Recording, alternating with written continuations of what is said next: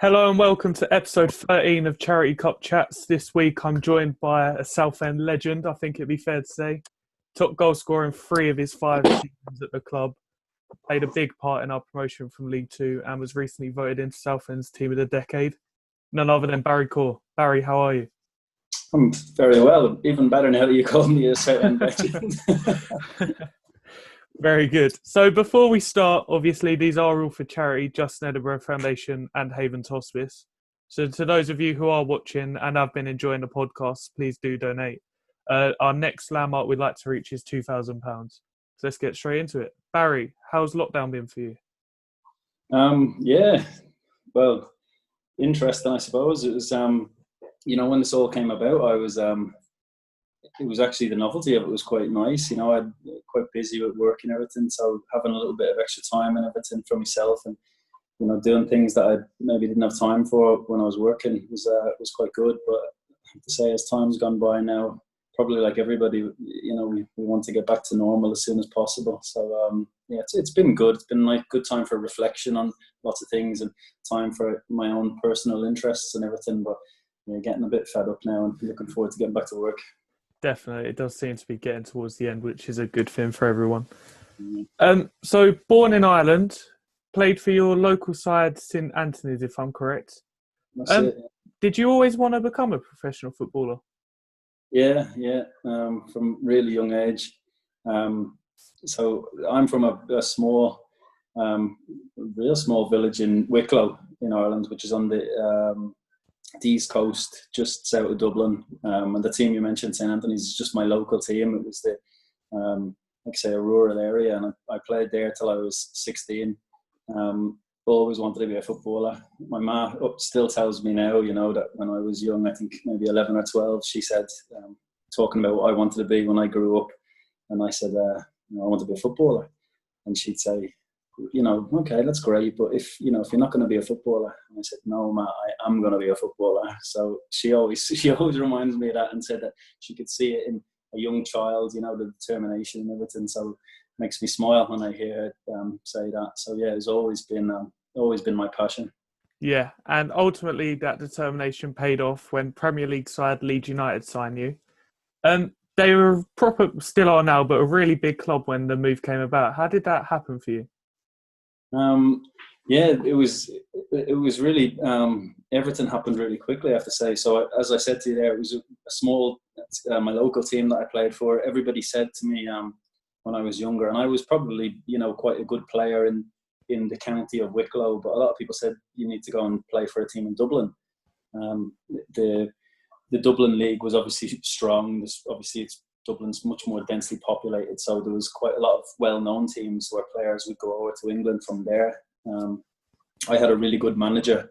Was really lucky at a local team where one of my friends, one of the players, his dad was an ex-professional footballer as well, who was a really, really good coach and really well qualified coach.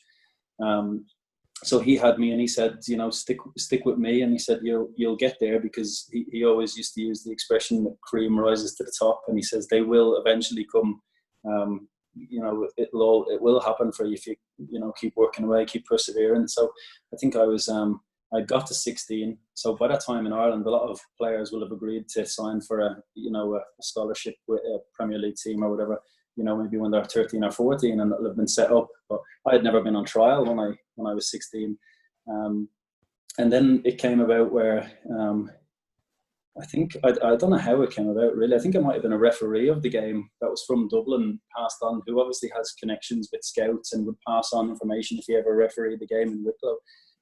And he passed on my name to a Leicester City scout, and they came to watch me, and they invited me to play in a competition in Northern Ireland called the Foyle Cup. So I played for, I can't remember the name of the team. It wasn't actually for Leicester. It was a team in Northern Ireland that had connections to Leicester. And I'd done really well when I was there. I had always played as a central midfield player. Yeah, when I was younger. And when I went up there, because I scored quite a lot of goals from midfield, they played me as a striker, and I scored quite a lot of goals in this tournament, and the team done really well. And then it flew off. There was loads of clubs that were asking me. My mum was getting letters from lots of Premier League teams, and we couldn't believe it, and I couldn't believe it. So I went over to Leicester initially, because I guess out of a bit of loyalty to an extent, because they were the first team that invited me up there, and I spent a couple of weeks there, and they offered me a scholarship there. But for whatever reason, I don't know. I didn't. The 2 weeks I spent there, I never felt really comfortable when I was there. And then we had the letter from Leeds, and they had been in contact with my mum, and they seemed really keen. And I wanted to go over there because there was such an Irish connection at the time as well. Yeah. David O'Leary was the manager, and then players like Gary Kelly and Robbie Keane were there. And at the time, again, like you say, it is a massive club even now. But at the time, they were in the Champions League and competing at the top end of the Premier League. So I really wanted to go over and see what it was like, and I loved it as soon as I arrived. I remember the first day I came in, and I was in the changing room and walk out the train, and I was walking past Rio Ferdinand and Mark Viduka, Harry Kewell, players like that, and I was completely in awe. I couldn't even speak to them. I was so shy and scared. But the couple of weeks there went really well, and I said I wanted to sign.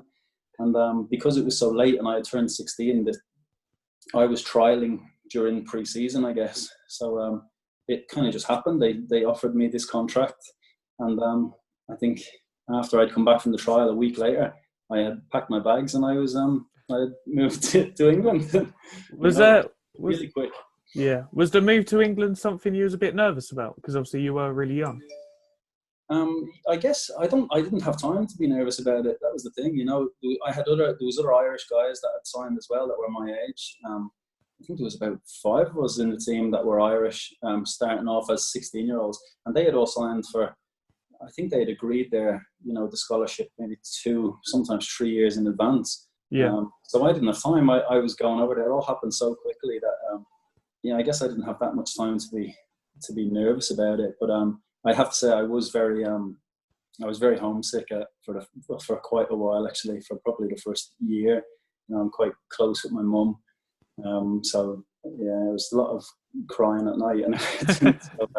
But I wouldn't go back. My mum always said to me, if you want to come back, you can, and we're always here. And sometimes I thought it would be easy to go back, but there was no way I was ever going to, because it's where I wanted to be. But yeah, I certainly missed my family, particularly my mum. Yeah, and like you mentioned, there was a lot of Irish connections at Leeds, like Robbie Keane. Did that help you develop as a player, obviously, being with someone who is one of Ireland's best ever players? Yeah, I think I have to say with them guys as well,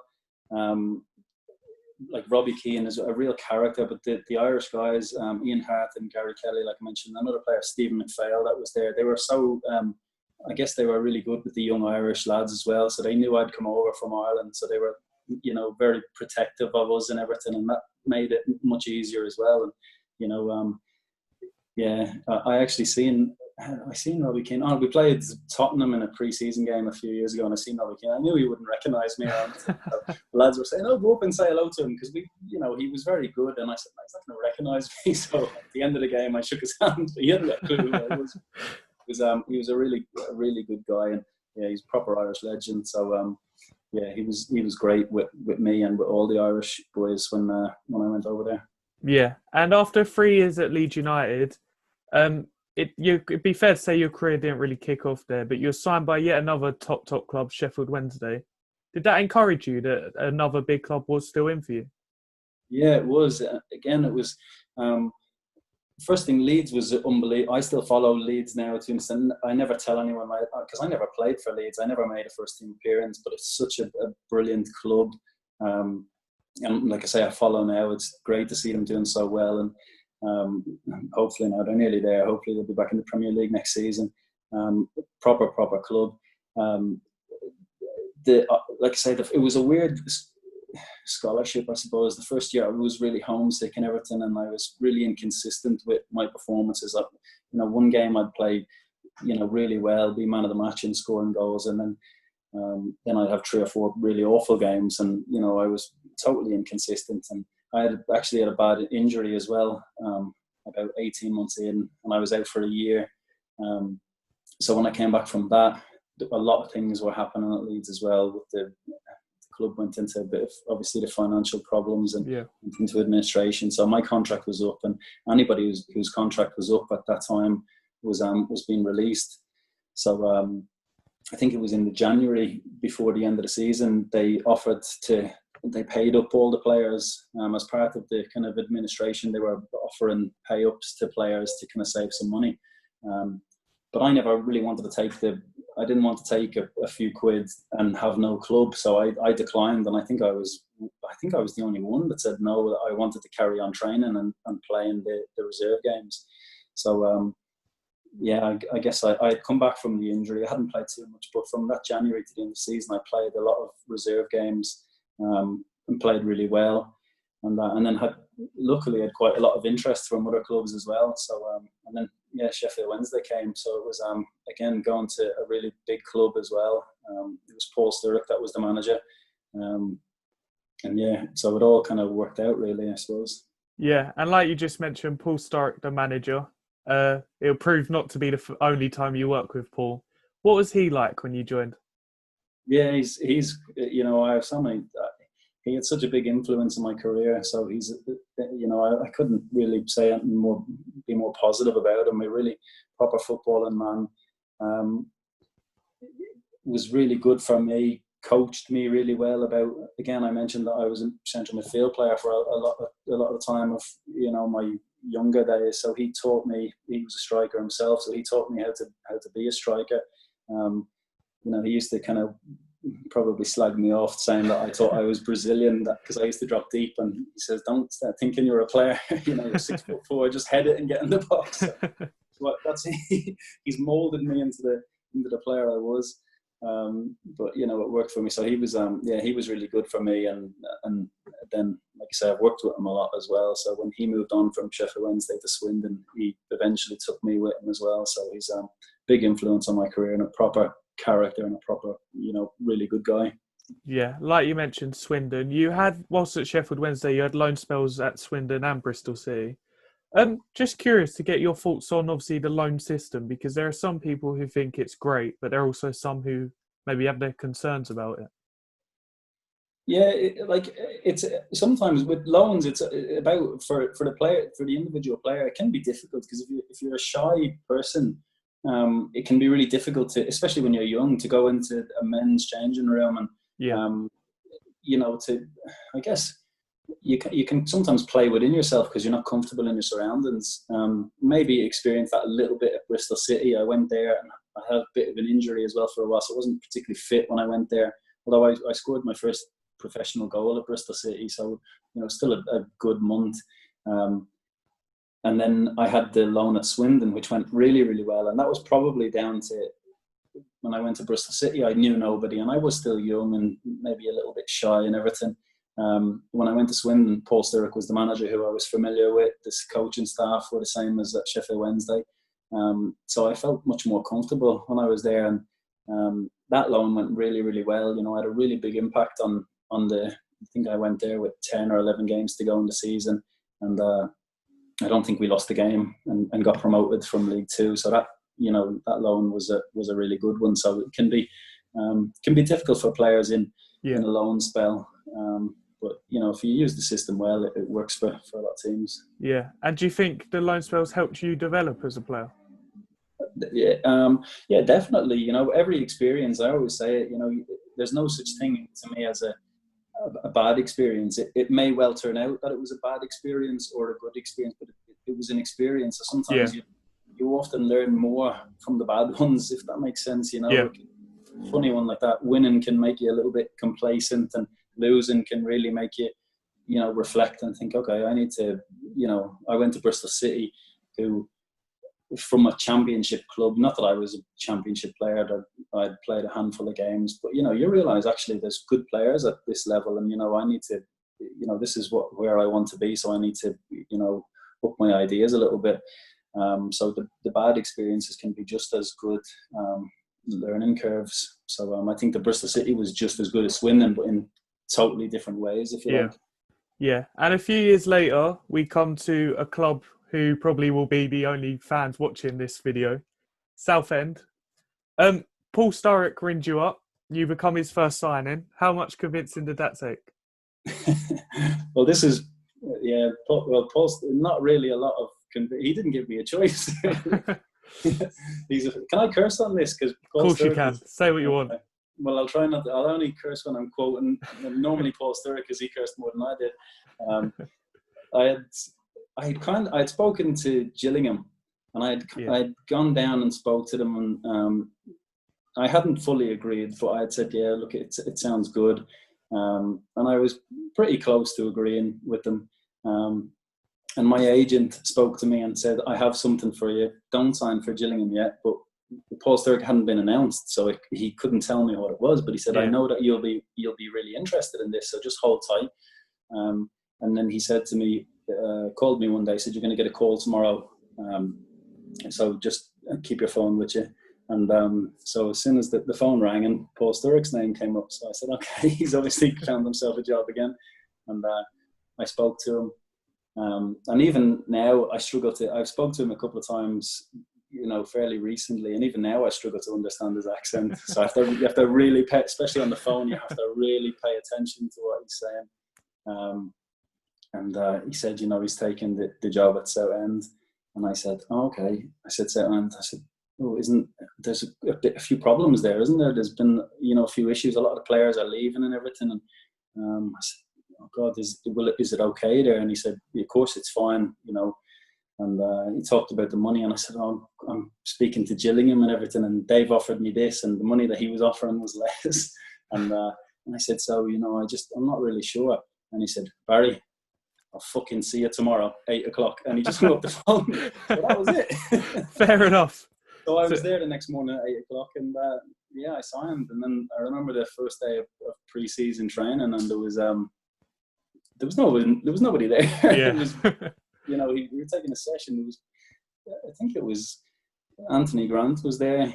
I can't even remember. There was like 3 or 4 players, and it was I thought, God, what have I got myself in for? But with loyalty because Paul Sturrock was so good to me, I wouldn't have ever turned him down.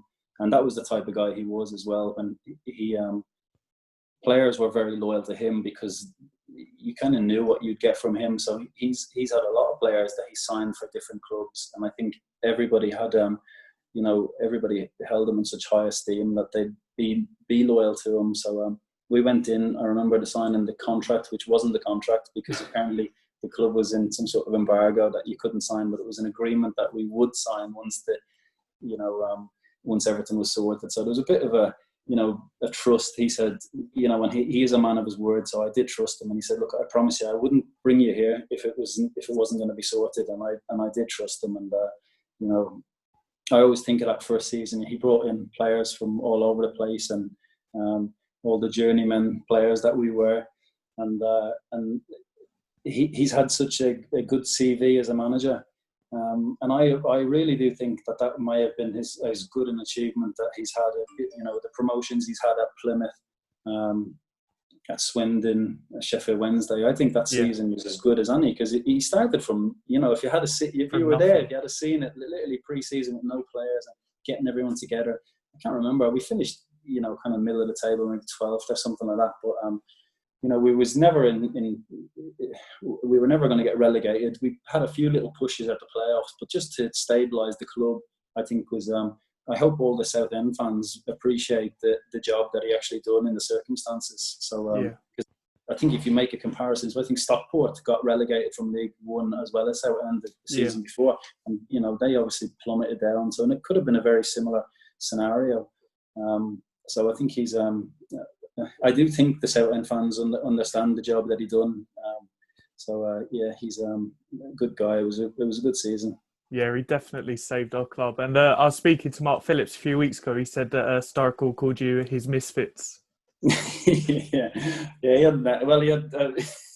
I told you he curses a lot, so there's probably names I can't say that he called us. But he's a proper character, and he's that type of guy that could kind of slag you off a little bit, but he really cared for you and everything. So proper guy. But we were, there was players from all over the place. He picked up And it was unbelievable the type of players he picked up on the budget that we had, and just at last minute players that came in, like a Ryan Hall, for example, a boy who's been knocking about, but he's never really got going, and he maybe had a bit of a bad reputation, but he was brilliant in that season.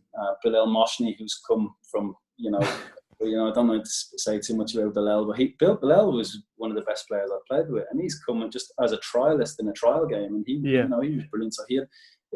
So Paul had loads of contacts in the game, and was able to put a decent enough team together that was a platform for us then in the future to go on. Yeah. And obviously, your debut was at home to Stockport. For you personally, you got a yellow card, but Paul's son, Bilel, scored a 90th minute equaliser. I imagine you was probably a bit excited for the season ahead. Yeah, it was. Yeah, I remember the game. I remember I assisted the goal. So I always say, my first game I assisted a goal, and then in my last game I assisted a goal as well. I just headed it down for a teammate. So it was good. We should have won the game really. I think we were much better than Stockport on the day, and then it so happened that we actually went behind and then had to, get a late equaliser. But you could kind of tell. I think so many new players that came in. It was obviously going to take a little bit of time for us all to gel together. But I was excited, and I felt like I had a lot to prove as well. I'd never really got. I knew I was a good player and everything, but I'd never really got my career going. A lot of injuries and everything. So I was really determined to do well that season, and I knew it was important for me to have a good season, because I was getting older. I wasn't that young kind of prospect anymore. I needed to start showing that I could play full season and score lots of goals. So it was a good season, a good time. Yeah, and you did just that. First season, 21 goals, our club's top goal scorer. You scored more goals that season than your entire career before that. What do you think made it? What went so well? I was fit for a start. I was able to play all the games. That was one of the things. It wasn't something that I wasn't able to do before that. Yeah. I always thought I had good spells, and then I'd get injured. Like when I was at Swindon, I played. I don't want to talk about the season before at Exeter, because I didn't help myself there. That was a bit of a regret. I had one season there. I actually stayed fit for that season. I got sent off 3 times in the season, missed 12 games through suspension, never got going because I'd get suspended, come back, and never. It was a bit of a disaster, and through my own fault, it was. I don't know. Again, these bad times can be really good learning curves if you frame them the right way and you can reflect on them the right way. So I learned from that. But when I was at Swindon before, the times I played, I think minutes, goals per minute ratio would have been really high. And if I had stayed fit for a full season, I think I would have been a 20-goal striker. So I always felt it was there in me. I guess I felt comfortable straight away at Southend. I was comfortable with Paul Sturrock. Ben Clarkson, the physio, was very good with me and was for my whole time at Southend. He was the one physio kept me on the pitch a lot. Yeah. It was probably just that. I don't know. It just seems sometimes it just works at clubs, and straight away I kind of had I don't know. I still now I obviously follow Southend still, and it was a good time. Proper football club Southend. So I'm delighted that I had such a good time there. Yeah, and the next season's not a good one for you. An injury keeps you out the whole year. How tough was that for you? Yeah, it was. It was difficult, I have to say. I'd started to get a few pains in my knee at coming to the end of the season, and I guess we weren't playing for anything by the end, so I didn't play the last game of the season because my knee was really sore, and we just decided, I won't play today, and the time off in the season, just the rest will be, we'll settle it down. But I came back for pre-season, and straight away it just flared up again. And then had to have the surgery, and then there was complications with the surgery, and my knee kept swelling up massively. So it looked bizarre because I've got such skinny little legs, and my knee was massive. It looked weird, so I had to go to the hospital and get it drained. Yeah. Of all fluid and everything. It was really, really difficult. I was working really, really hard in the gym, and Ben was great with me, doing lots of lots of hands-on treatment and lots of work in the gym. And at certain times I was thinking, God, I'm never going to get myself back on the pitch. But again, Paul Sturrock was brilliant with me because it was coming to the end of my contract, and he sure said to me, look, you're going to get a new deal. You'll get a new deal, so don't have that in the back of your mind as something that will cause anxiety or anything. So he stuck by me. The club did as well, because I have to give credit to Ron Martin as well, because he obviously has to sanction any deals, so he did. And eventually I got my way back. But yeah, at certain times it was quite upsetting. I remember at the end of some days being almost exhausted by all the work I was doing, and a lot of the treatment was quite aggressive hands-on treatment. I was having loads of needles in my knee and really kind of strong massage and everything. And I get in my car at the end of the day and just feel like I must be crying, thinking my knee was really sore and when is this going to end, and I just want to play. But it just makes it even better when you do get back out on the pitch. Yeah, and I imagine it'd be just as tough mentally as it is physically, like such a long-term injury. Would that be fair to say? Yeah, definitely. You have to. It's a weird one when players now that I have and they're going into a long-term injury.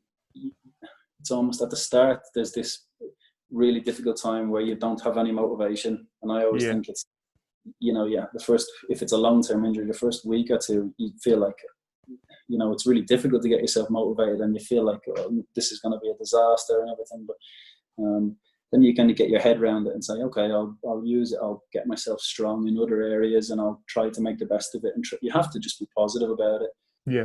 But yeah, it is difficult mentally, especially if the injury is, say, a 3 or a 4 month injury, and then 5 months goes by or 6 months, and you start thinking, God, am I ever going to get back? It is difficult. But I guess if you keep your determination up and you keep fighting, you get there in the end if you're in the right hands. And again, Ben Clarkson was really good for me, so I knew he was good looking after me. Yeah, and obviously that season, whilst you weren't playing, Paul Sturrock manages to guide us to 4th in the league, an amazing achievement. Was there expectations at the start of pre-season the year after of Southend going up? I think so. Yeah, I think all the time. That first season, Paul Sturrock would speak to us, and I think when he spoke to the media, he would play it down because obviously the players have just all been together. But he would be in our ear saying, "Look, there's enough in this changing room to get promoted this season." Yeah. And it didn't happen the first year probably because of the circumstances. But from then on, I think every year we all felt that we could be promoted. Obviously, that season that I missed, the team done really, really well anyway. And the next season, we had, I thought we had a really, really strong team as well. Britt Sambalonga came in, and who was unknown to everybody, but he really, really good player. Gavin Tomlin, he'd been around, but he was playing some really, really good football for us, and we had a really good squad. So definitely, an idea that we can get promoted. And actually, what I think kind of killed us a little bit was the run in the JPT, because we just had game after game after game, and it was just constant. And maybe we picked up injuries and everything. And I think the run to the Johnson's Paint final probably took its toll on us in the league. So it's one of those things. It wasn't actually in hindsight. It wasn't a good day out in Wembley for everybody. Yeah. But it was you kind of can't. You don't turn it down at the time. But again, visions 2020 with hindsight, it probably did affect us in the league because the squad was probably strong enough to do better than we actually did. Yeah, and we'll talk about Wembley in a moment, but obviously Paul Sturrock was let go as manager after 2 points from 15. Do you think that was a justifiable decision, or would you have kept him longer? It's hard to, I'm obviously biased, and I know that, but I hold them in high regard. So people, it's up to them, the decision. Me personally, I thought it probably was, given I think if you look in every situation, there's a context to it, and if you looked at it, you could say, okay, he's had to deal with a lot of injuries, and we've had this great cup run, and it probably has had an influence on some of the poor results in the league. But he took over when we had 2 players. He signed a bunch of players like me that had just been journeymen or whatever, and done so well. And then it was a playoffs the next season, and we weren't miles off it anyway. There was still a chance for the playoffs when he did get sacked and the final of a cup competition. So yeah, I thought it was probably too soon. But again, I know that I have a biased opinion because he was so good to me. I do think with the final, he could. I really do look and think we could have beaten that Crewe team. If maybe he was in charge, and that's nothing against Phil Brown. Because he came in and he was learning, just getting to know the team, I suppose. Yeah. He probably didn't know what the best team to pick. He was still learning about all the players. I think we definitely would have had a better opportunity of winning the game had we kept hold of Paul Sturrock for a little bit longer. But that's football.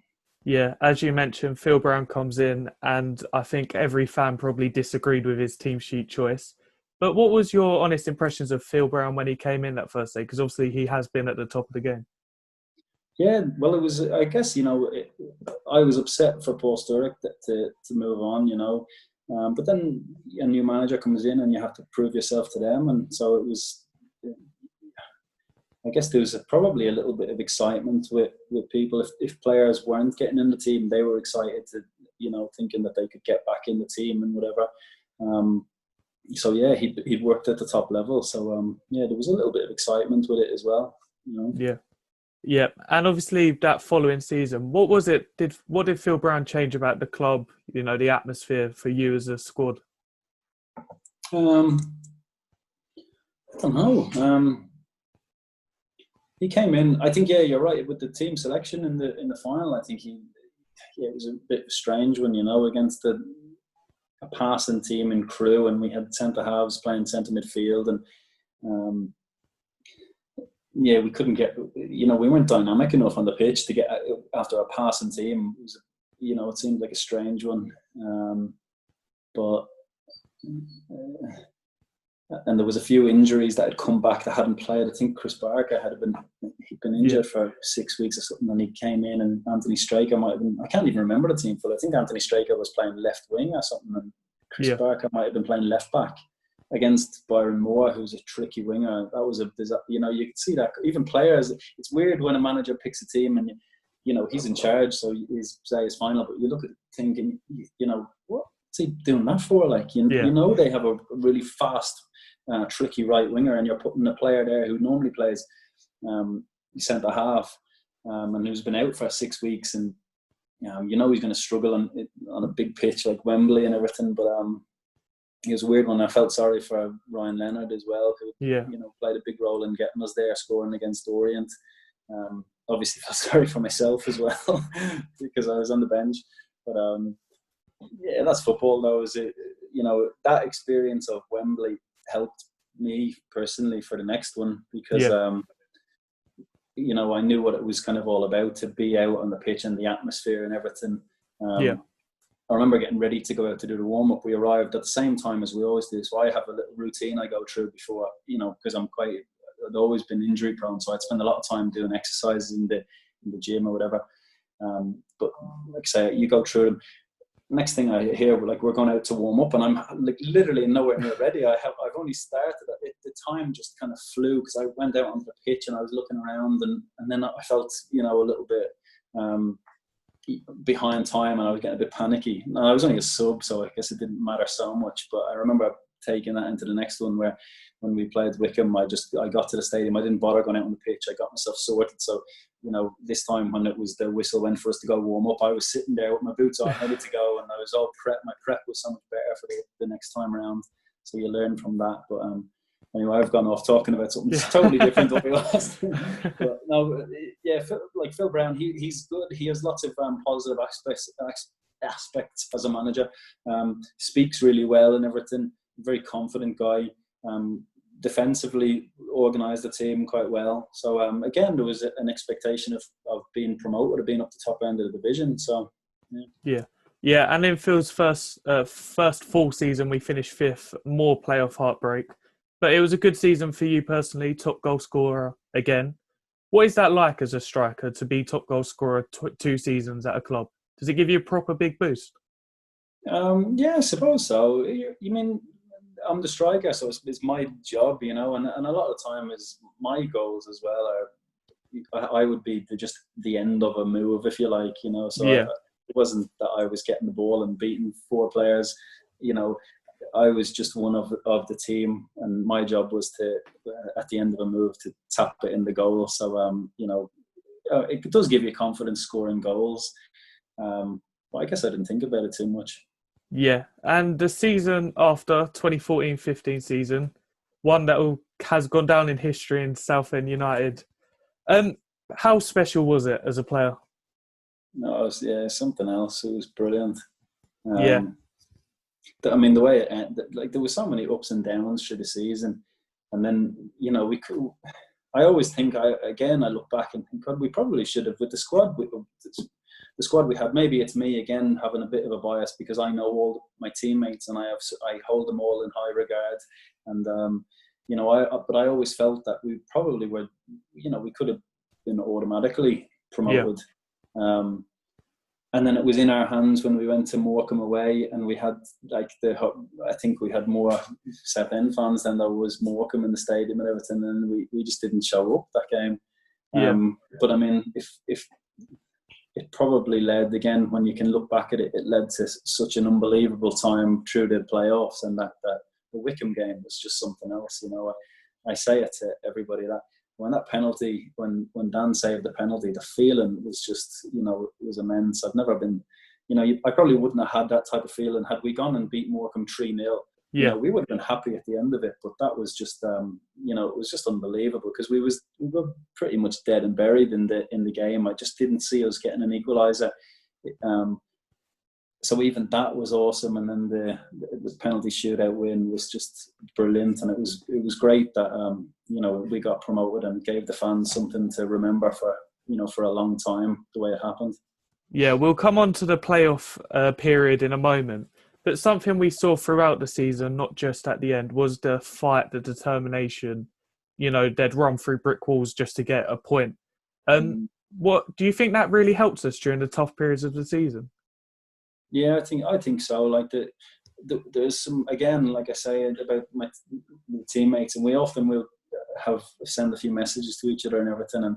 And they were the best teammates I had. And I guess it's what comes. This is always the question for me. Like, what comes first? Is it a really good team spirit that brings winning, or does the winning bring the good team spirit? Yeah. But I always think we were a really good bunch, and we worked well together and everything, and then we were winning games. Maybe I wouldn't, if we were losing every week, I wouldn't have thought so highly of them, and the team spirit mightn't have been as high. But we looked after each other, and there was good characters in the team, and we had players that were, I'd like to think that I was one of them that would always try my best, and the best example was. There was loads of them in the team. I don't want to name just one, but Michael Timlin was one. I always think he was probably the toughest player that I've ever played with. And I don't mean because he's not massive or anything. He's not the hardest guy, but he'd fight anybody, and he'd do anything to win. He was such a tough character. And in the playoff game against Stevenage, highlighted it where he had I was right beside it, and the two boys when they clashed heads. Yeah. And I'm watching. I see the ball going up in the air, and I see Tim's and the other boy from Stevenage looking at the ball and sprinting towards it, and the two of them hit each other. It was like watching I was like, oh no! It was like watching a car crash, and their heads just bounced off each other. And but something's Tim's up. If that had happened to me, I'm telling you, the stretcher would have been on, and I would have been in the hospital. But Tim's is on the ground. I ran over to him, and he's on the ground, and he's a bit, I don't know if he knows what's going on. And I said, Tim's, I said, don't move. You've got a really big scar. Like, his head was just totally split open. And this sums up Tim's and his attitude, and quite a few of the players. He's on the ground, and he said, "Is it bleeding?" And I said, "Yeah." I said, "Is it?" I said, "Yeah, it's bleeding. I can see your skull." And so he puts his head into the grass and the mud, and he's trying to wipe the blood off. And I'm saying, "Tim's," I said, "Tim's, your head is literally, I can see your brain almost." But he was trying to, in his mind, he was trying to wipe the blood off so that he wouldn't have to come off the pitch, and that was the type of mentality he had, and quite a lot of the players on the team had. So, when you have that in the team, it's I think you're onto a winner. So that was an example of a proper tough guy, Michael is. Definitely. And obviously on that day, Stevenage away in the first leg, that wasn't the only thing to happen that day. You score a header, which proves to be your last goal for the club. How excited was you to score in the playoffs? Because obviously I think we were 1-0 down, weren't we? Yeah, we'd gone 1-0 down. Yeah.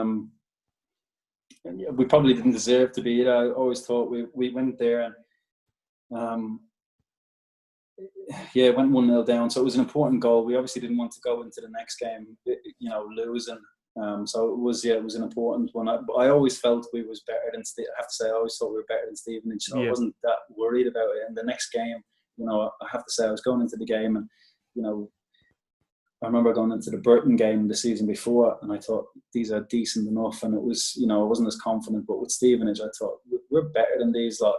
We're better. We're more talented bunch than these, and I think we have more fight in us as well. They're not going to. I thought we'd have too much for them.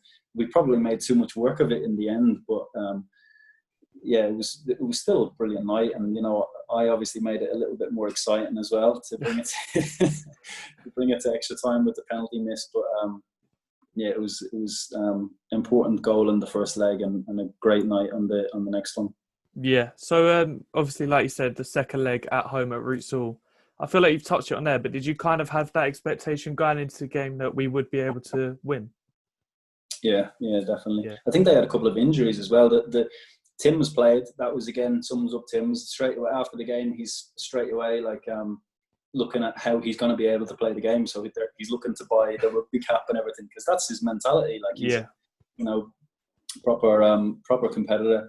But their centre half had concussion or something, so he couldn't play. And I think they might have had another injury at centre half. So I was playing up against, I think, a central midfield player was playing as a centre half, and they had a couple of injuries. And I thought all over the pitch we had better players, and they have a bit of fight in them, because they always did with Graham Wesley as their manager. But that was what we had as well.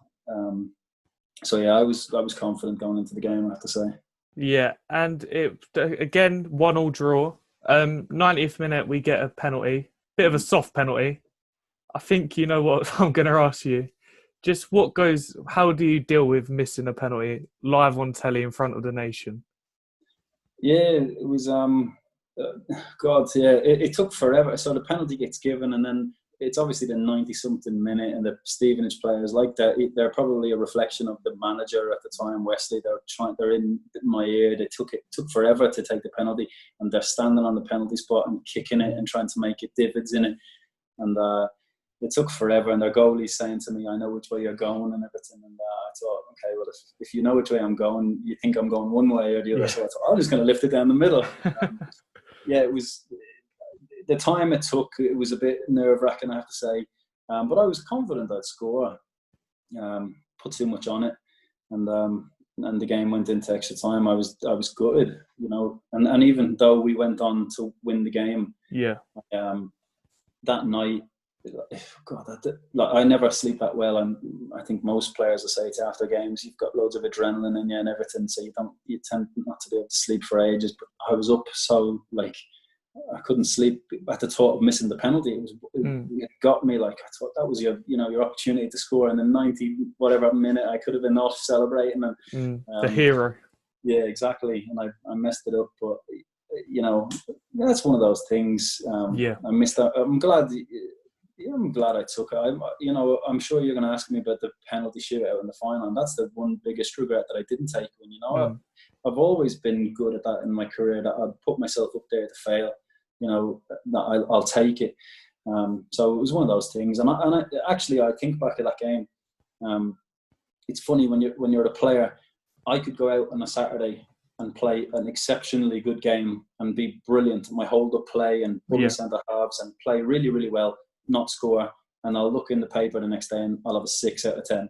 And then I'll play shite the next week and I'll be terrible and the ball will be bouncing off me. And but I'll score the goal because one will go in off me arse or something, and then I'm at 8. The next day I'm 8 out of 10, and I said, how does this work? So with Stevenage game, I played really, really well, and I know I did because I'm my own worst critic. Like, you know, I'm on my case. If I don't play well, I know, and it upsets me because I want to, I always want to play as well as I can. But in that game, I played really well, as good as one of my top 5 games for Southend, I would say. But I was terrible in front of goal. I had chances. I should have scored a hat trick in that game. But my general play was really, really good. So it's one of those things. I missed the penalty. It's a story I can tell now. People still wind me up about it now, about missing the penalty. But I played really well in the game. I played my part, definitely getting us there to the final. So that's it. Yeah. Did Phil say anything to you at full time? Because I know he's quite a bit of a character. No, he didn't. So it's a weird one because I knew I was playing well, and he came up to me at half time of the extra time. He came up to me and he said, the players kind of go over for a drink and whatever. And he said to me, he said, "Oh, Barry, I'm gonna take you off. I'm gonna just freshen it up." And I can't remember who it was he was gonna put on. And I turned around to him and I thought, that's just, in my mind, I thought, that's, you're just going off the fact that I missed a penalty. You're not looking at my game. I said, I was playing really well. And I said, no, I'm not. And I said to him, it's the first time in my career, in my whole life, I've ever said that, because the manager's obviously decision is all that matters or whatever. And he said, I'm going to freshen up, I'm going to take you off. And I said, don't fucking take me off. And if you put up my number, I'm not coming off the pitch. And I just walked off.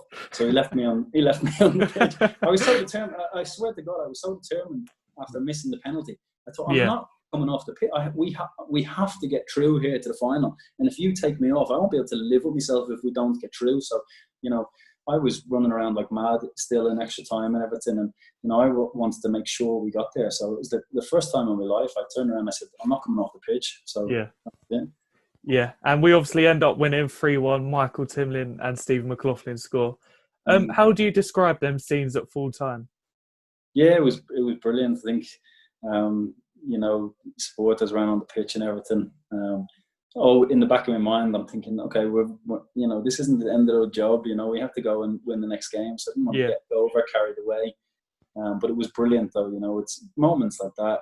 Again, maybe sometimes in my career, I probably didn't appreciate a lot of the things at the time because I always thought, you have to win the next game, so you can't celebrate too much.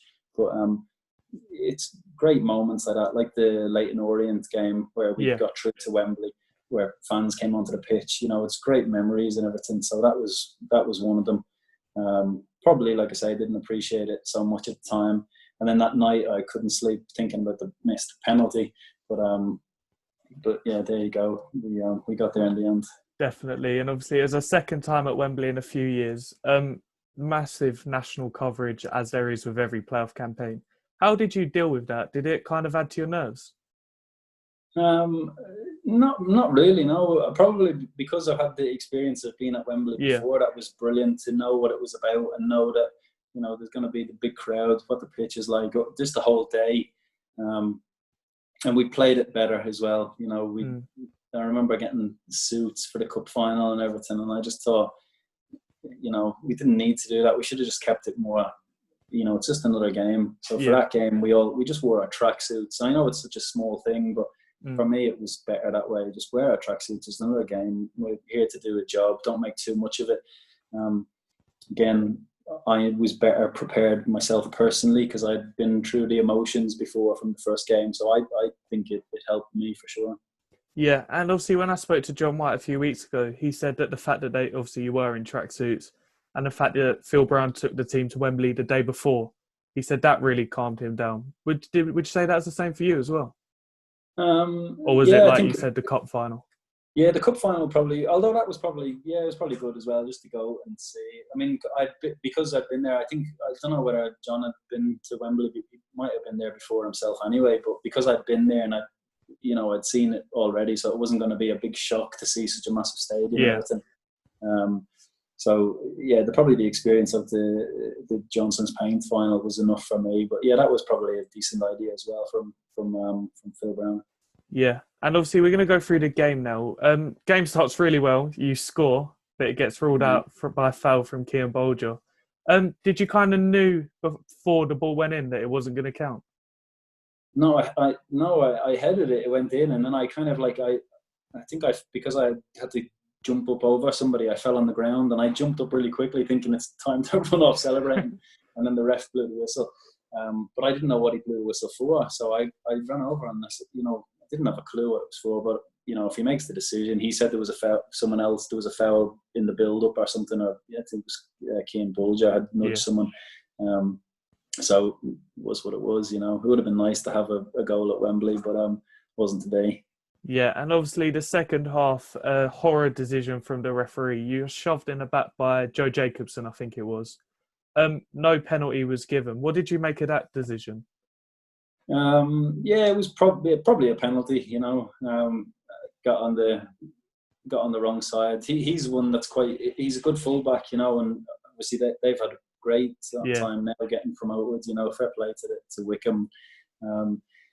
He's a good fullback and he uses his body well at the back post. So I'm obviously used to. I'll peel away to the back post quite a bit and find myself up against the fullback because normally they're not as big as the centre halves to look to nod something down for a teammate. But he was on the wrong side. He was on the outside of me, so the ball was coming onto my head, and I was trying to look for someone to nod it down to. And as a fullback, and I always would tell my fullbacks now, sometimes the best way to defend that situation isn't to try to win the header, because if someone's 6'4", they're going to jump over the top of you or whatever. Yeah. So the best way is to kind of nudge him out. But he didn't nudge me; he kind of ran into me, and it was enough force in it that probably was a penalty. But again, I'm not so the fact that we went on to win it, I ain't so worried about it. In the end we got there, so but yeah, probably was a penalty. Yeah, and the next major event that happened in the game was obviously an extra time when Joe Jacobson again, he takes the free kick and it goes in off Bentley. Was there ever a moment where you felt like it was going to be another season of heartbreak? Yeah, pretty much. That went in, and then Wickham are good at what they do, Yeah. And you've seen that in the Oxford season. game, and when they've gone up to the Championship, that they're they've got a style. I always say this now that I'm coaching, that sometimes it's not necessarily the plan that you have, as long as you have one and all the players know exactly their roles and everything. So Wickham and Oxford are probably totally contrasting teams. Yeah. They both had really successful seasons. And it's because they're managers that know exactly what they want. So whilst Wickham will look to, slow the game down, the ball in play time will be really low with Wickham. They hit front men and then they defend well, and they're really competitive, but they all know their jobs. So,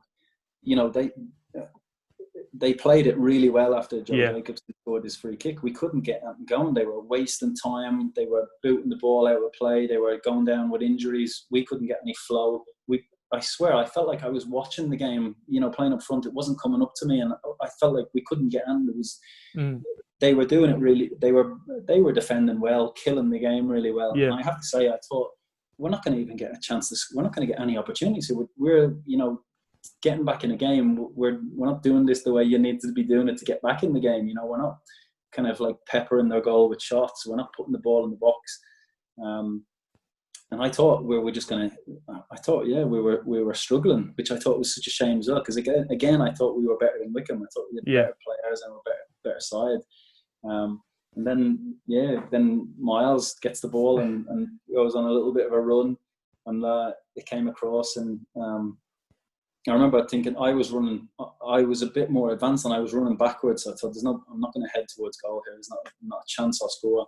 But Joe Pigott, it was probably like the best player. He's a similar frame to me. He's like 6'4", but he's not the target man type of striker. He's just really good in the box. But he was brilliant with me when we played together. He used to get around me so well. So whenever the ball was in an area, it was knocked up, and he would always be close to me for a knockdown. So I seen him.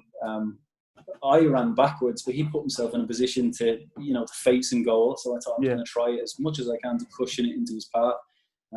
He took a lovely first touch with his right foot, and then the shot went in. It was oh my god, it was unbelievable. The feeling, I was too tired to run into the corner, so I just stood there, kind of celebrating myself. But it was awesome. Yeah. From, like you say, feeling like that we weren't going to get back in it, to score in that late, it was just, it was unbelievable. Yeah, would you say that moment there was probably the best moment you've had in football? Yeah, or 10 minutes later when Dan saved the penalty, it was just unbelievable. It was because I did on the pitch thinking it's weird, in the game. You've got energy to burn. You want to go and run around, but Wycombe were killing the game so much I couldn't even run around so much, or we couldn't get the game going. And I thought we were struggling. I thought there was no way we were going to get a chance or the relief when it went in. And the scenes with the crowd. I'm so happy that it all, ended like the way it did. It was brilliant, because it would have been awful had we not gone up, and it would have, probably with the season that we had, I feel like, again, I'm sure Wycombe feel like they deserve to have been promoted, but I think we deserved to get promoted that season. So it was great. Yeah, and obviously you just mentioned about Wycombe's tactics, like the kicking it long, going down for an injury when they're not clearly not injured. When I was watching the League One playoffs a couple of days ago, as a neutral, it's quite fascinating to see, isn't it? The fact how their tactics work so well. But is that quite frustrating when you're in the opposite team and you know for a fact they're just milking it? Yeah, it's annoying. Of course it is, and you know that there's nothing wrong with them. But that's football, and that's what I say. The best teams, and there's nothing wrong with, you often hear managers of opposite, of teams complaining when a team goes long and they boot it long, and they say, that's not football, they boot it long. Well, then I always think, well, if that's so kind of primitive way of playing football, why didn't you just beat them then? It's effective, and fair play to Wycombe. He uses the players that they have they're good at what they do, and they all definitely. And like I said to you, that's what I always think is really important when you have a team, when you're a coach, and that everybody's in on the plan. So if a fullback has it for Wycombe, if you mentioned Joe Jacobson, if he has the ball, the midfielders ain't going to show to receive the ball. They're going to go off because they know it's going long, and they go to pick up the second ball off a striker.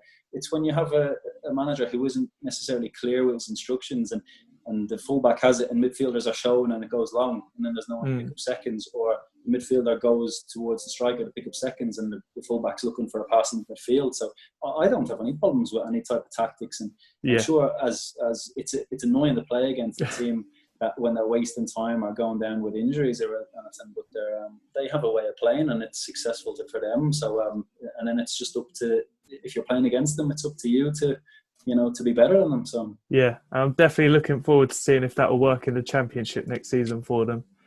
Yeah, well, maybe maybe they might struggle in the Championship, but it would. There's teams in the Premier League that play like that. Yeah, definitely. And in the Championship, I mean, they might suffer because they won't have the same budget as other teams at the level.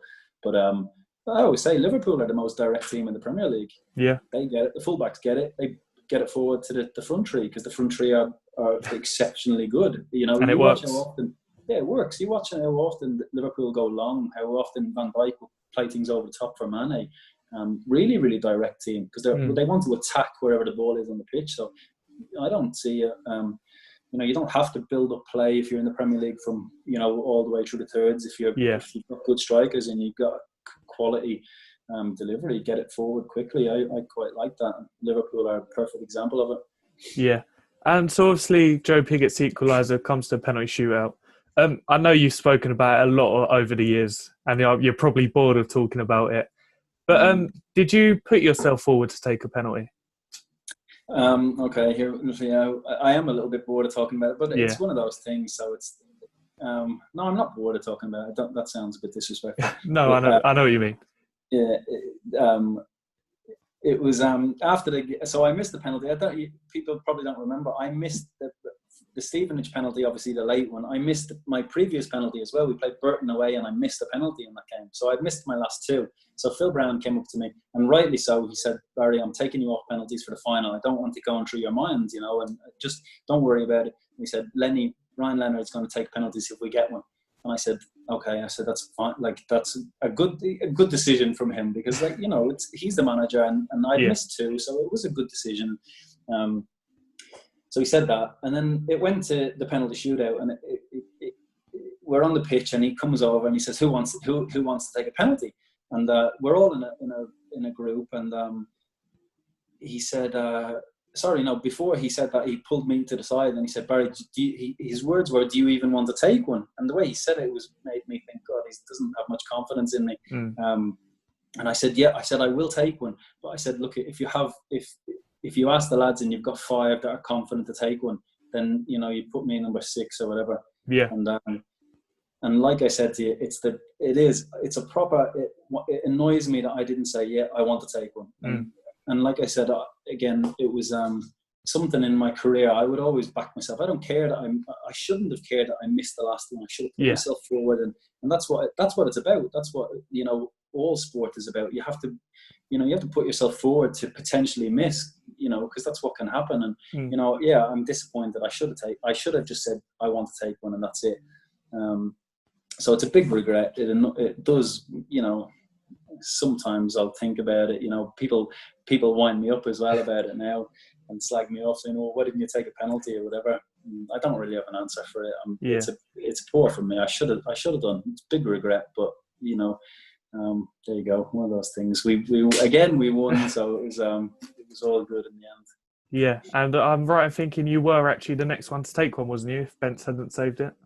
Yeah, I was the next one to go. Yeah, so I was getting more nervous as time was going by. But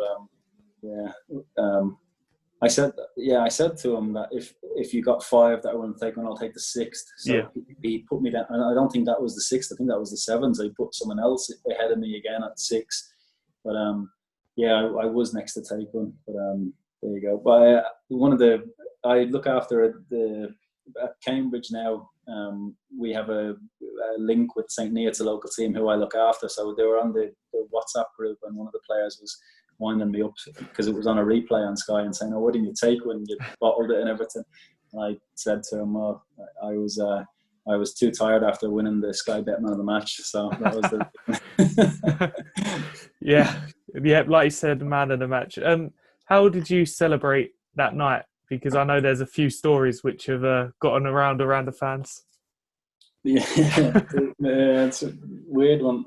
I spoke about this recently as well. It was Chris Phillips who I spoke to when he was talking about the night. And again, looking back, it's like the thing to do is to go and have a few drinks and everything. And I kind of regret it a little bit because you get drunk and you don't remember, I wish I had just had been more time with my family, and if we had just kept the players together, we probably should have organised something just to stay in a hotel and everybody just stay together. But anyway, we went out and we were on the coach back, and we were in our tracksuits, and we went to go to this nightclub who wouldn't let us in because we were in a tracksuit.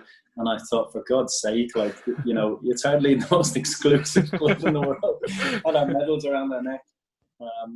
But they wouldn't let us in, so I don't know. We went somewhere else, and we had a good time and everything. We were getting back late, and I can't remember. I stayed in Luke Hart's house, who was one of the strength and conditioning coaches, and me and Luke Prosser were walking back, and I think Luke we were walking on the seafront to where he lives, and then we decided it was going to be a great idea to go and have a little swim in the Thames. So we stripped off, medals around our neck, and then in we went, and it was freezing cold. So that lasted like 30 seconds, and then we went out. It seemed like a good idea at the time, but I suppose it's a decent enough story. So definitely one for the grandchildren, I'm sure. Yeah. How long did the partying continue? I think we went out. The next day. I think we went out on the. Did we go out the next day? I can't even remember. What day was the final? Was it Saturday or? I think it was a Saturday evening. Yeah. It was Saturday. Yeah. We did. Then we did. Yeah, we went out on. We went out on the Sunday as well, and then there was the open top bus on the Monday, which I wasn't there, which is a weird one because I had agreed to. This is all, again, I should give a context to this because I didn't want to, nothing was organised and we didn't know that this was going to happen, but I had agreed to meet another manager. And again, I give you the context because it almost sounds like I was, going to leave or whatever, but I said and it was Richard Money from Cambridge who I said I'd go and see. And he was going off on holiday. I think he was going to see his grandchildren or something in Australia, and he was leaving on the Monday night. And I had given him my word that I'd said I'd go, and I don't like to. If I say to someone I'm going to be somewhere or do something, I don't want to go back on it. So I missed the bus, the open top bus thing on the Monday. To go and to meet Richard Money. So yeah. Yep, and it turns out to be your last game for the club. Broke 13-year-old me's heart. You opt against signing a new contract for Cambridge. What was the reason behind that? Yeah, we were coming to the end. So as the season, obviously my contract was up at the end of the season. Yeah. The season's going on and on. I'm expecting the club to speak to me at some stage, Yeah.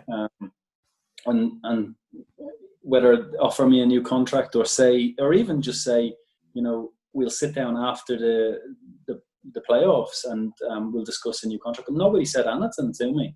So I was totally in the dark. And then I spoke to my agent and I said, they're not speaking. It's a bit weird. They're not speaking to me. Do we go and speak to them? And he said to me, Barry, it's getting so close to the end of the season now. You might as well just not bother, leave it. Because I'm starting to get phone calls from other clubs because they know you're out of contract. And I said, even if you want to stay there, it's no harm to listen and potentially use it as negotiation or whatever. So nobody spoke to me. And then after the final, I actually said it to Phil Brown after the final. I said, can we talk about, am I getting a new contract or whatever? Or is there anything there? But nobody was really, there was no real clarity with what was being said to me. And I think afterwards, then, so there was clubs coming and speaking to my agent, and I was trying to pay no attention because I wanted to just get us promoted, and that was it. Yeah. And but there was clubs speaking to my agent, and he was saying these have come in and these have come in, and they're offering this, and I said, oh great, well I'm going to get a pay rise next season, and yeah, it was a funny one. Then I think Phil Brown went on holiday afterwards, and I was then whenever I was getting these.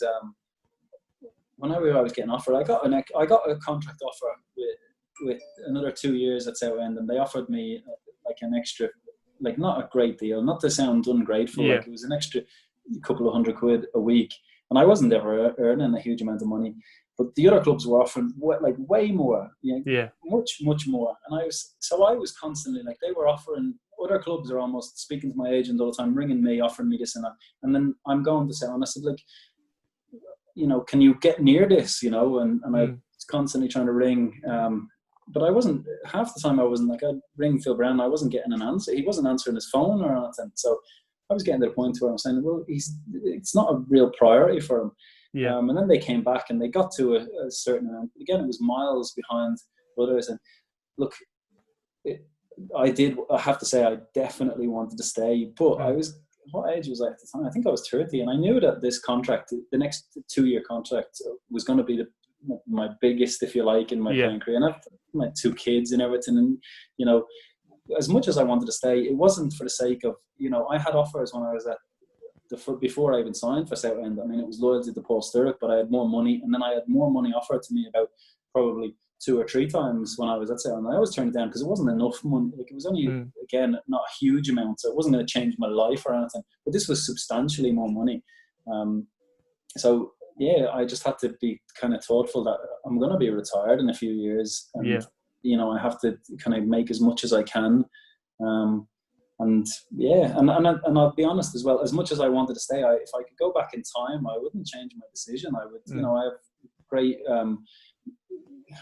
it's been a difficult time when I played at Cambridge as well. I had a really good time, and I have a good relationship with the supporters at Cambridge and everybody at Cambridge. They've been good to me. So it was, I had 5 years, best of my career at Southend. I loved it there. I really loved the club as well. If I could go back in time, I would make the same decision, because financially it was, it enabled me to sort out quite a lot of things for myself, my family. So yeah, it was a bit like that. I probably wanted Southend to want me more as well, but that's football, that's life. Yeah, like you said, Phil Brown obviously not answering his phone call. Did that kind of make you feel unappreciated? Because in your 5 years, you'd been top goal scorer for 3 of them, man of the match in the playoff final. you'd have kind of hoped that they're putting a bit more effort for one of our best players. Yeah, like I thought so, but again, maybe I don't know. Again, it's there. It's Bill's decision. If he, I can't feel upset if he thought the league above would have been too much for me or something. I don't think it would. Personally, I don't think it would have been, but I think that'd have been fine. But if you're not wanted, you can't feel bad about it. I don't think we had a funny relationship, me and Phil Brown, anyway, through the whole time. So I don't know how much he really wanted to keep me there. But maybe it was just a good thing. It was brilliant 5 years. I got that assist for Pigs at Wembley. We got promoted in in an unbelievable fashion. It was a really good 5 years, and then moved on, and that was it. So all of it it couldn't have been on a higher note to leave. So it was all good in the end. Yeah. Even actually, Ron Martin came out afterwards in the paper and said, when I had signed for Cambridge, it was news to him. And I just thought, I rang him and I said, Ron, how can you say that? I said, I'm obviously not going to ring you because you're the chairman. I speak to the manager about whether he wants to. I said, I have been speaking to him constantly, and I've been ringing him. Like, when I do get through to him, we speak, and I'm telling him the money that I'm being offered elsewhere. And I say, you don't even have to get to that. You have to get near enough to it. And he was saying what he's saying, but it obviously wasn't being relayed to the chairman. But I said I wouldn't ever just go and leave because I never wanted to. So it was a strange one. But I had that conversation with Ron anyway afterwards, and I said, because I don't want you to think that I would have just left. Yeah. But he felt a little bit hard done by. But from where I felt a bit like that, because I felt like I was constantly saying, can you match this offer, or can you get near to it? And I was constantly ringing Phil Brown, and half the time I wasn't getting an answer. So it was just one of those things. But there you go. It's football. Yeah, and that's really annoying to hear, because obviously you're not the only player it's happened to. It happened to like Jack Payne, Dan Bentley, even David Worrell. The list goes on, doesn't it? But you moved to Cambridge. You start really well, scoring a lot of goals, but unfortunately an injury brings an end to your career. How tough was that to take? Yeah, it was really difficult, I suppose. I came there and it was brilliant at Cambridge at the start. The pre-season was great. We had a really good fixtures and everything. I scored up scoring in virtually every game, and then the season started and I was doing really well, playing well, scoring lots of goals. Probably as good a spell as I've had. And I think I'd scored 12 goals in about 16 games. And then my knee started causing a problem, and then I had to have surgery it was early in January. So I just played the first half of the season, and then whilst I got back on the pitch a little bit, and I scored a few goals in comeback games and everything, and done well when I played. I was struggling after that. I couldn't move not that I moved particularly well before, but I was really struggling. It was one of those things. But I had to then have surgery on my groins, and then in the end I got back, and again, when I was on the pitch, I was being used prominently as a sub because I just couldn't last games. And then in training, I went to jump for a header, and I just got nudged, and I rolled over on my ankle, and I ruptured all the ligaments in my ankle and broke it. And that was really it. Then I thought, God, I was struggling before, and it was actually hard to take as well, because I was all of a sudden, I had gone from being, for the last 7-8 years of my career, being one of the, an important member of the team, to being a sub, and not being able to, obviously start games and then finish them, not being able to train as much. And I loved working hard and training. That's more part of it. And it's hard to take when you go on the pitch and you're not as good as what you used to be and everything. And you're like, oh, this is just because I can't, I'm suffering with this injury here and I can't move well. And, used to wind me up as well, that with some defenders I'm playing against, and I'm thinking, you're terrible, I'm much better than you, but you look like you're better than me at the minute because I can't move. But I remember when I had my knee injury, we played Luton away, and it was when my knee was struggling. I needed to have this surgery. Like, I had gone to see a surgeon, and he said, we need to. I had cartilage that needed to be fixed, and there was a few other kind of overuse injuries. and one of the centre halves, I think it was the centre half McNulty. Yeah. He's a big guy, like he Yeah. doesn't move very well. So I would even say I move a bit quicker than him, but I went to close him down. I was still playing. I had seen the surgeon, needed the surgery, but the manager at the time at Cambridge said, "Can you keep playing until we get a replacement in for you?" And I said, "Yeah, I'll carry on, but do it quick," because I said I'm struggling. Like I'm not even playing well. I don't even, it's really, my knee is really sore. I'd be sitting in the changing room before a game, just thinking, "How am I going to get through this game?" Like I'm struggling. But I went to close down that McNulty, and I thought he was going to play it up the line. So I'm chasing him down real quick, and he just cruyffed back inside. And I tried to stop, but my knee just like wouldn't. My knee just like I just fell over. And I remember just going, "Oh my God!" Like this, big guy McNulty is after doing a Cruyff, and I've just fallen over. I said, "It's time to go and have the surgery." So that was a little turning point as well. I thought, "Oh my God, I can't even." Like I went for a run and I couldn't even stop because my knee was that sore. So that was that was it. And then that was probably the beginning of the end, if you like. But yeah, there you go. Yeah, so your playing career comes to an end, but you stay at Cambridge as a development coach, right? Mm-hmm. Yeah, and you're also the manager of your local side, St Neots. How are you finding that combination? It's good. It's all in connection. So I had started coaching when I was still playing. And I was on an evening, I was taking the under-13s. Then after the injury, I took a shadow scholarship for 6 months, and then when the new season started, they offered me this job of the development, basically the under-23s coach for the young professionals who finish their scholarship that are going into the first team, but they're not quite, often they're not quite ready at 18. So that group of players. And we had we had a loan strategy where we'd send them out to local teams, step 3, step 4, or whatever level that the player could get to. But we decided to set up this link with St Neots, which is a local step 4 club, and then get all our players in one place. And then I took over as manager. But I'm employed by Cambridge United, but we have a large bunch of the players are from Cambridge. And I guess they get exposure to men's football. As part of their development, so that's it, and it's enjoyable. It's something that I want to do.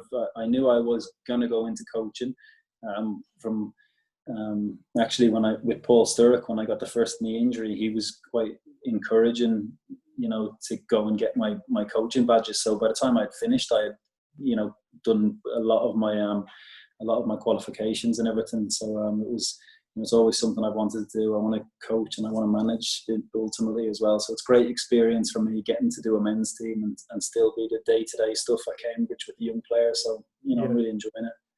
Fancy throwing your name in the hat for the Southend job? Or too soon? I think a bit too soon. But that'll be an interest. I'm obviously always following what's going on and everything. It'll be interesting who gets the job, because it looks like, it almost looks very similar to the time I 10 years ago. And it'll be a difficult job for whoever takes it. So, I hear lots of names that are being linked with it. So, I'll keep an eye and hope the club can bounce back. But I know there's quite a lot of good young players at the club, so hopefully that'll be a platform to go on and do well. Definitely. We're going to come on to the fans Q&A now. We've had quite a few sent in. The first one, you've already touched on it, but Eid Farmer wants to know, how easy a decision was it to drop the Gillingham interest when Paul rang you?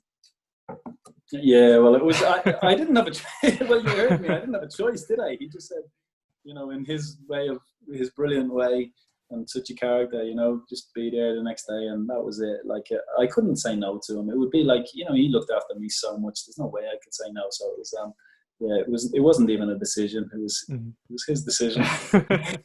He chose. And the next question, again, you've already touched on it, but do you regret not pushing for a contract yourself?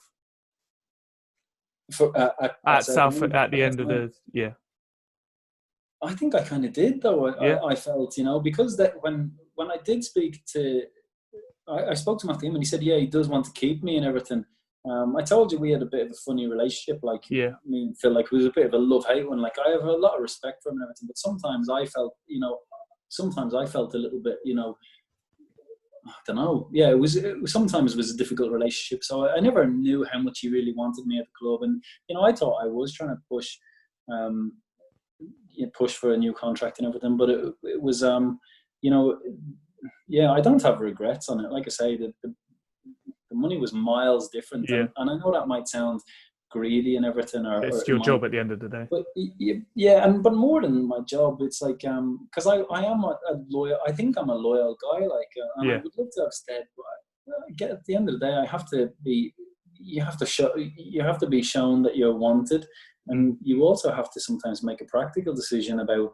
I've never earned. I've been a League Two footballer predominantly for my career, so I never earned a huge amount of money. I'm not going to. It wasn't.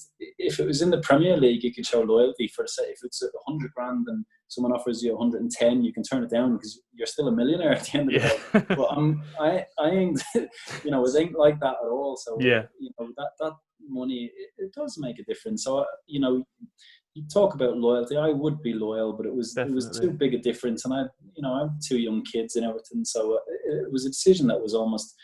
With difference in the money was taken out of my hands, and then like I say, I've had a good time at Cambridge as well. They've been good to me, and I'm still at the club now, and I appreciate the things they've done for me too. So it was all happy. I think I'd like to think I had a good 5 years there and a good time here. Everybody's happy. Definitely. Jack Himpton Jones says, "What was going through your head when Paul Sturrock had to play you centre half due to an injury crisis?" Yeah, that was. That was again.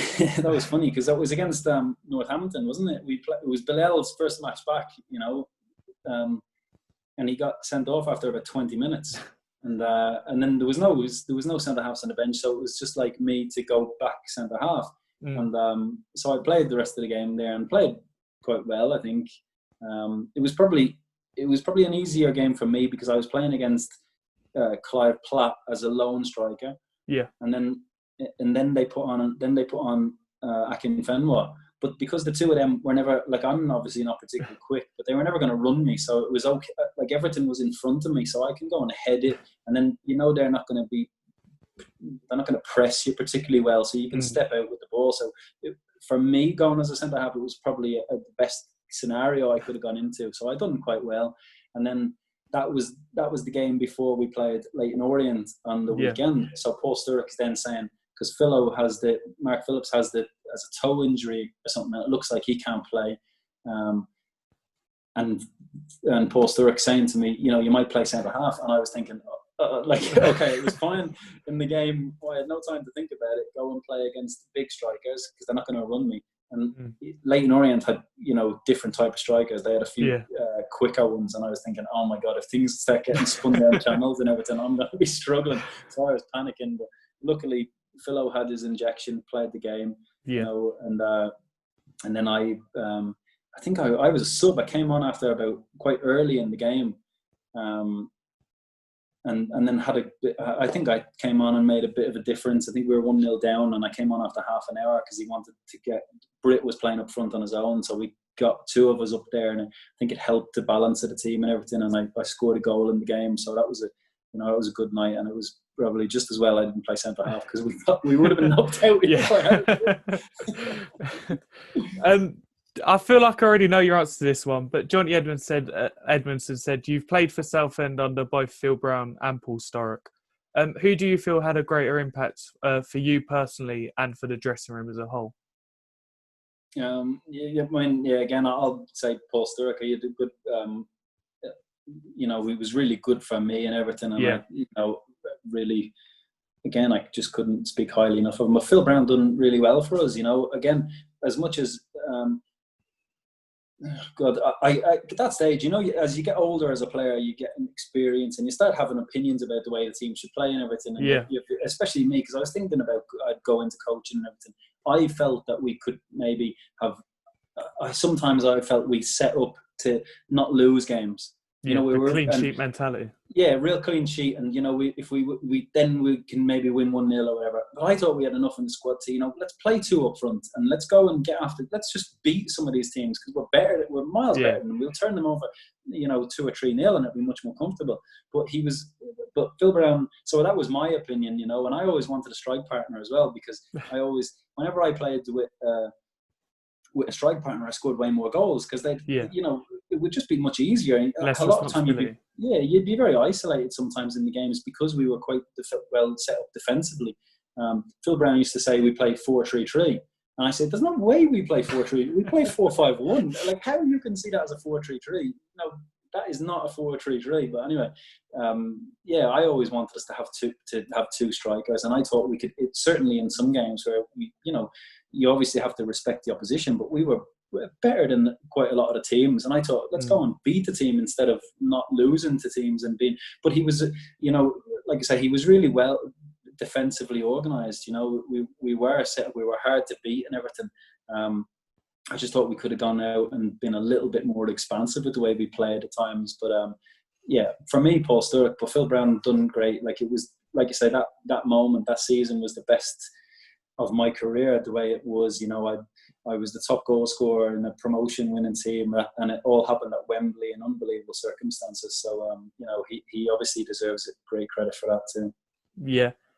Tom Gibson says, when you were subbed on at home to Barry a few seasons ago, and then was sent off about a minute later for nutting the right back, in his words, what did Phil Brown say to you after? Oh dear, yeah. Yeah, he was annoyed at me with that, all right.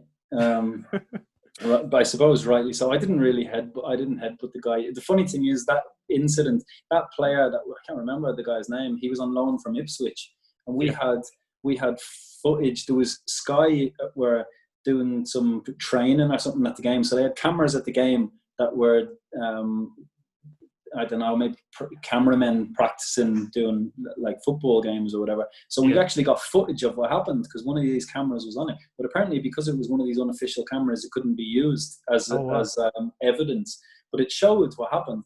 And the two of us are like, me being stupid, like I wish I was more grown up when I was playing, and I was being daft. I have myself to blame to put myself in the situation, but we stood close together. And our heads, we touched heads like so stupid, as though anyone is ever going to have a fight on a football pitch as well. It's ridiculous.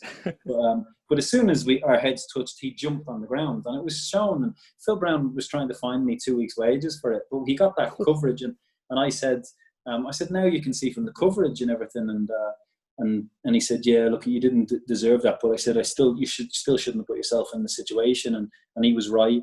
And like I said, it was an Ipswich player. So Phil Brown knew Mick McCarthy, and he sent the footage to Mick McCarthy and said, one of your players is after behaving like that. And the player then texted Phil Brown and apologised to Phil Brown for his behaviour on the pitch. So that nobody knows about that. But I know it looks bad on me, but I really didn't. I mean, I shouldn't have put myself in the situation. So it was my fault to an extent. But yeah, it was really poor from this boy. If it was, if you seen it on the telly, like on a Premier League game and the coverage, everybody would be hammering the boy because he just dived on the ground. Even though our heads did touch, but nobody. I didn't put my head in. I don't think I would do that. So yeah, one of those things. But yeah, I did pay a fine in the end anyway because really? Yeah, he said, how did it work? Dave Penny was in the office as well. He was his assistant. He was a good guy. He said, okay, well, look, I still want you to get fined. So you just think you pay the fine what you deserve, what you think you should pay. And I walked out of the room thinking, what do I put on this piece of paper? Like, I obviously don't want to take the piss and put something too low, but I don't want to go higher than he would think that I should go.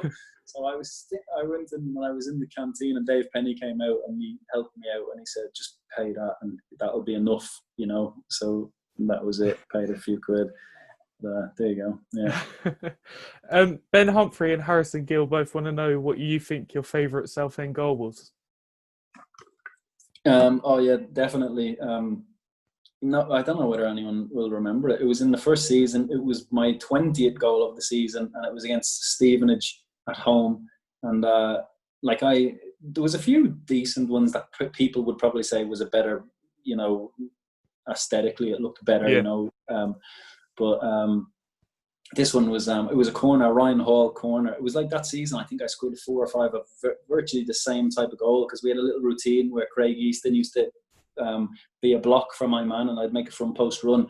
But this one, the ball went in, and there was a man in the kind of front 6 of the box, and I had to sprint from the penalty spot, and I literally just barely got in front of the guy, but I was at a sprint when I headed the ball, and I nearly took the net out of the back of the goal, and it was the most pleasing goal, because I love heading the ball, and headed goals are like, you know, it's a bit of a dying art. People don't like to score them anymore, but yeah, I love that goal. I always think about it. I don't know, I haven't seen it for years as well, because I've tried to find it on like YouTube or something, but it doesn't seem to be anywhere. So anyway, there you go. But that was my favourite. It was being the 20th goal, and a good really landmark, powerful header was proper.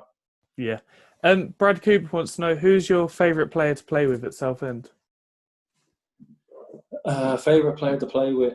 God, there's so many, because I have so many. Like Dan Bentley was a brilliant goalkeeper. Ryan Leonard was an absolute beast in midfield for us. You know, his quality. Timms was brilliant for the way he was as well. I mean, there's so many. Bilel was brilliant. Britt was quality. He was only there for the season, but he was, you know, no wonder he's gone on to have a brilliant career. You know, Bilel was nuts, but I got on really well with Bilel, and he was a proper, like, you know, he was such a good player, and he was. I remember when I used to room with him sometimes, and he used to pray every 3 hours or something. So one of the nights I wake up to go to the toilet, it's about 3 or 4 in the morning. The room's completely pitch black, and I get up and I'm walking to the toilet like half asleep. And I literally just nearly tripped over Bilel, because Bilel was on the floor praying, and I was like, I thought someone was in the room, like a stranger or something. Like proper had a panic. And then all I just heard was, "Sorry, my friend, I'm praying." I just went to the toilet. So I didn't even know he was on the floor praying. But that was, you know, Bilel. He's such a gentleman, really religious guy. But he had a really bad temper, you know. But he was a match winner on the pitch. He had everything, I thought. Definitely.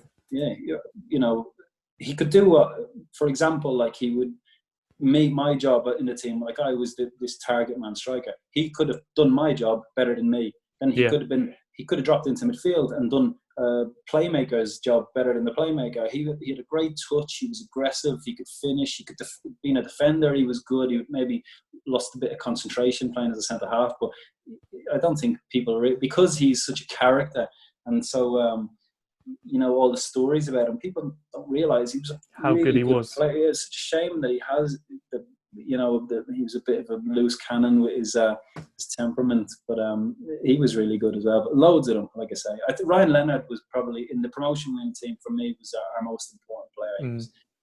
He's a proper, you know, so athletic, so good for the team, screening the back four the way he did. Really, really good. So yeah, loads of them. But there you go. There's a few. Yeah. Have you kept in contact with Bilel since you've both gone your separate ways? Yeah, I haven't spoken to him for ages. I did speak to him a few times, and he like everybody has like loads of Bilel stories. He's just, he came around to my house at Christmas, because he was on his own in that first season. So I didn't want him to be on his own, so I invited him around to the house, and he came with like presents for the kids and for people that were there in the house and everything. And he's just such a generous, nice guy and everything.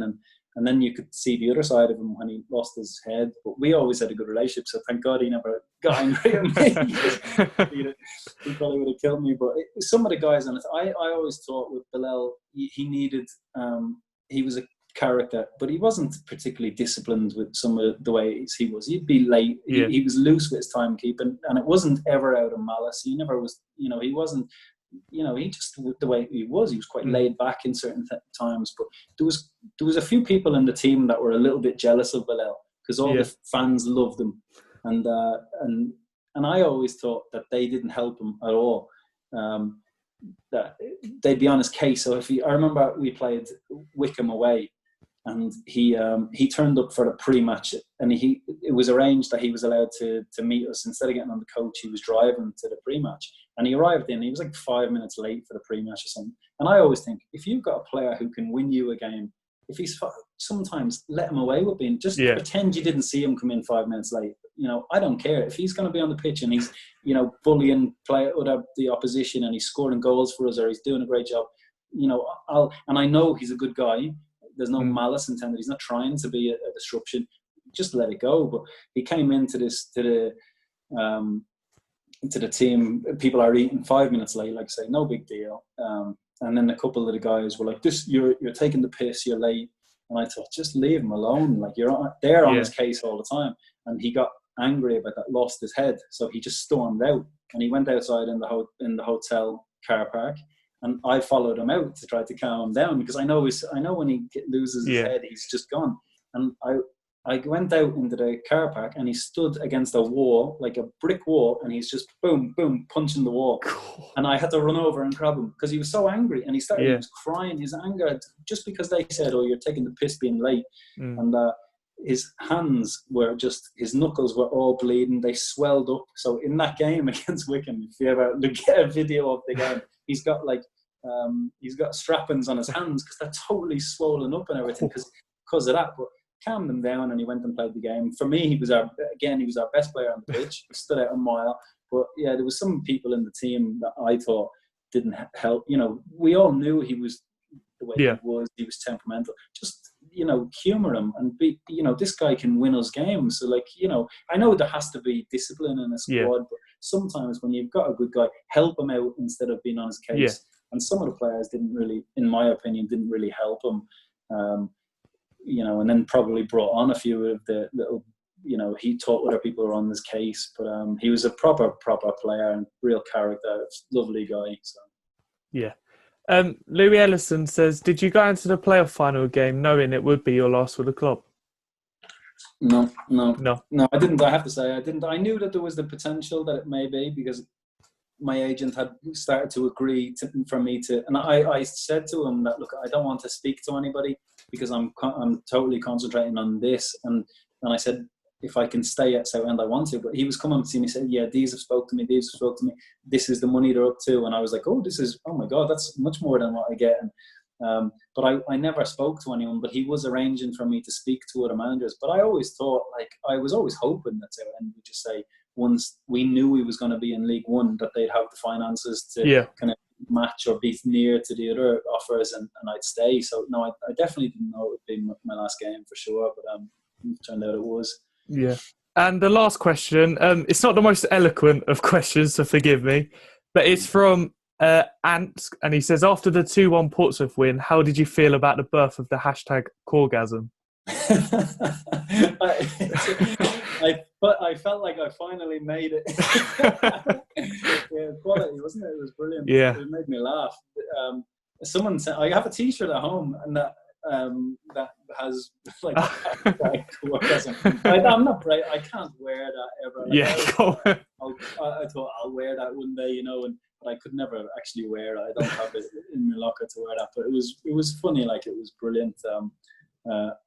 Yeah, it was good. That was a brilliant game as well, actually, that against Portsmouth, because we was losing. And I remember, the context of the game, I remember getting an elbow in the first half, and it cut me, and I had to, at half time, I had to have stitches in my eye.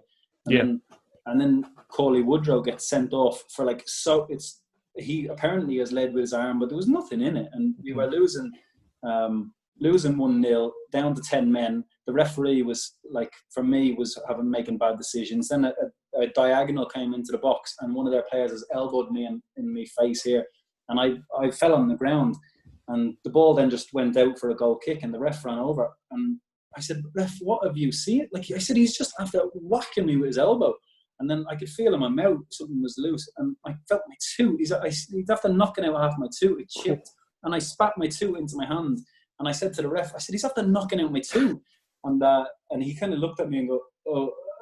I didn't see anything wrong with it, and I thought, oh my God, we're going to get beaten here. The ref was, it's completely not on our side, but but then, you know, we went on and I assist. Will Atkinson scored the first one. I had assist, and then I scored quite late on. So it was, you know, I was quite beaten up after the game. So yeah, it was a really good one. And then that little hashtag thing made me day as well. It's quite funny. It works well. I'm surprised I had never thought of that myself. But yeah, it was good. Good. And that brings an end to our questions. It's been great hearing your stories, and obviously it was great watching you over the 5 years at the club. So thank you for your time. Oh, no, my pleasure. And I'm sorry I broke your heart. I doubt I did, really. You probably got much better players in. Yeah, we'll see anyway in the future. But I wish you all the best for your future, obviously, as a coach, and it would be nice to see you in the game. Yeah, brilliant. And thank you to everyone watching, and we'll see everyone next time when we speak to Stephen Humphreys. Thank you. Cheers, Barry. Thank you.